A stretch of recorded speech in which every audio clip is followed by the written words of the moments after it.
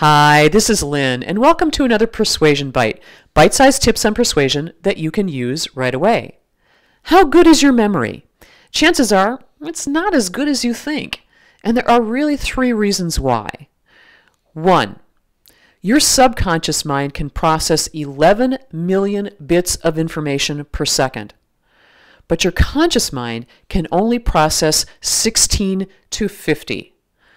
What that means is that your brain is already deciding what's important and it's dumping the rest, which is why you can be standing in the same room as somebody else and have the same experience, but you can turn to each other and describe it, and it seems like, were they actually in the same room with you? Their brain was filtering out other things. Point number 2 is that your memories are affected by your culture and what you expect to see.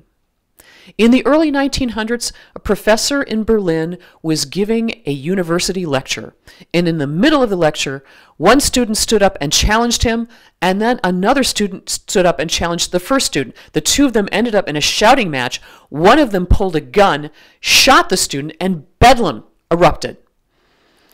Then the professor calmed everybody down as the shooter ran away and said, "This was actually a staged event. Now let's see what you remember about the shooter." And a significant number of students remembered that the shooter was wearing a hat, because most men at that time in that culture wore hats. Turned out the shooter wasn't. And after they took a look at the error rate in remembering, it ranged anywhere from 26 to 80%. We remember the things we expect to see, not necessarily the things we actually do. And the third thing about memory is that we add to it over time, and we believe what we've added to it more than what we originally experienced. In 1986, the Space Shuttle Challenger exploded.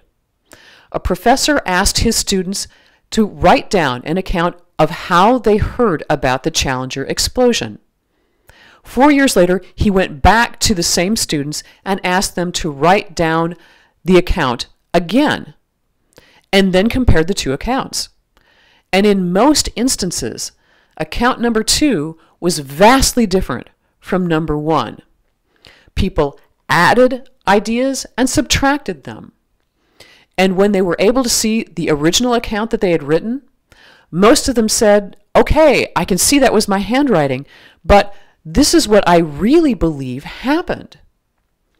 And there you have it. We add to our memories over time, and we believe the most recent version rather than what actually happened. What does this mean for us as leaders? Well, when we're incredibly certain that we've remembered things exactly as they were, chances are we didn't. And the same thing is true for the people that we work with. What that means is that we need to take everybody's memories with a grain of salt. My brother, when I was a kid, used to say to me, "My sister's got a great memory. She remembers things that never happened." Infuriated me every time. And now I know he was right. So the last thing you want to do is to be a person who is never in doubt and occasionally wrong.